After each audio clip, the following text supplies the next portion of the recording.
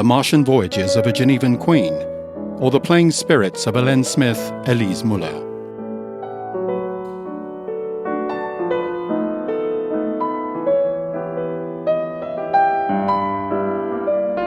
Les tableaux étaient annoncés par des voix.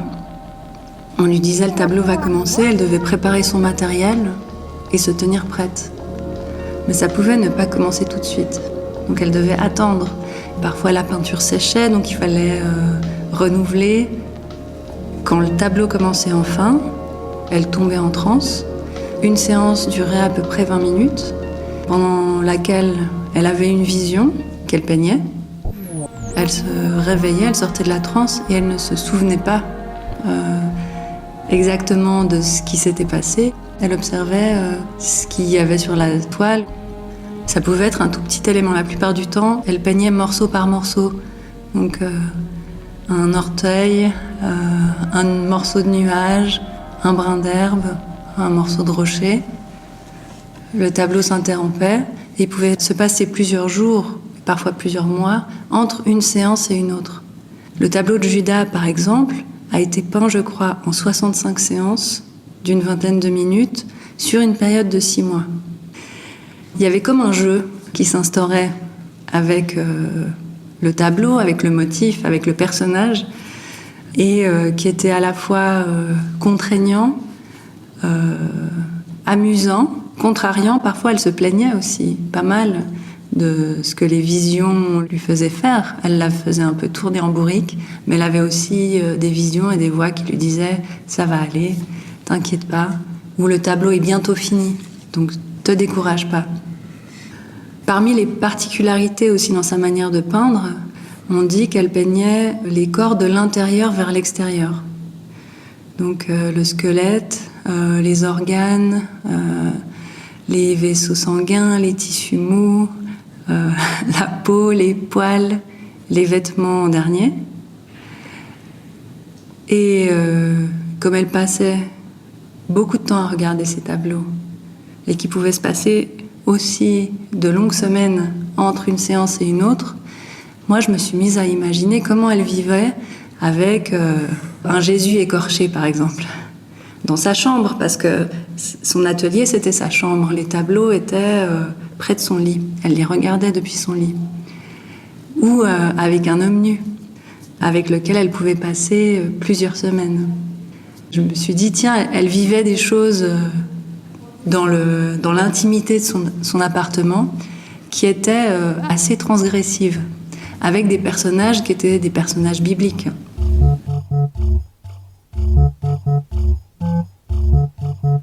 Une chose étonnante qui se produit quand elle peint, c'est que ces tableaux sont annoncés dans la presse. On trouve en une de la Suisse des annonces de production d'un nouveau tableau d'Hélène Smith et une invitation au public à venir les voir chez elle, dans son appartement qui était aussi son lieu d'exposition. On dit que des foules se pressent à sa porte tous les jours pour venir voir les tableaux. Ils viennent voir des tableaux qui sont finis ou en cours d'exécution. Donc c'est un lieu de grande sociabilité, en fait, son appartement. Les tableaux sont décrits comme des chefs-d'œuvre. On les regarde aujourd'hui comme des œuvres mineures, puis c'est des œuvres d'art brut. Parfois c'est aussi un peu péjoratif. Mais non, là, les tableaux sont décrits comme des œuvres exceptionnelles. Elle faisait pour ses peintures des cadres en fleurs naturelles. Elle passait beaucoup de temps à chercher les fleurs, à chercher les graines.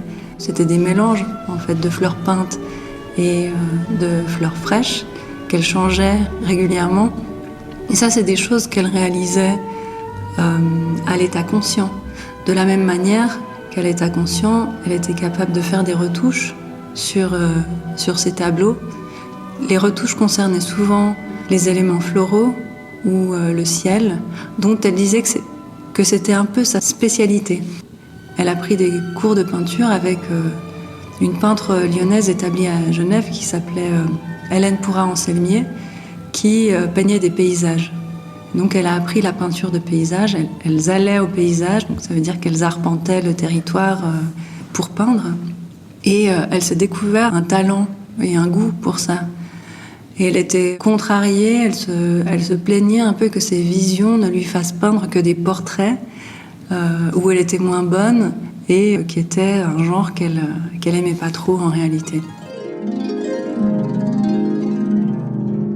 Devenir médium, c'était en effet aussi pouvoir prendre la parole, faire une critique aussi sociale, dépasser des limites sans se prendre le retour de bâton, sans risquer l'exclusion sociale.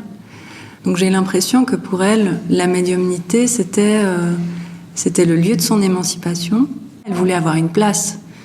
Et cette espèce de rage intense, cette ferveur spirit qu'elle avait, c'était aussi un élan qui l'a... ce désir d'avoir une place, d'exister pour les autres, d'être utile, de leur être utile, d'occuper une place dans l'histoire même.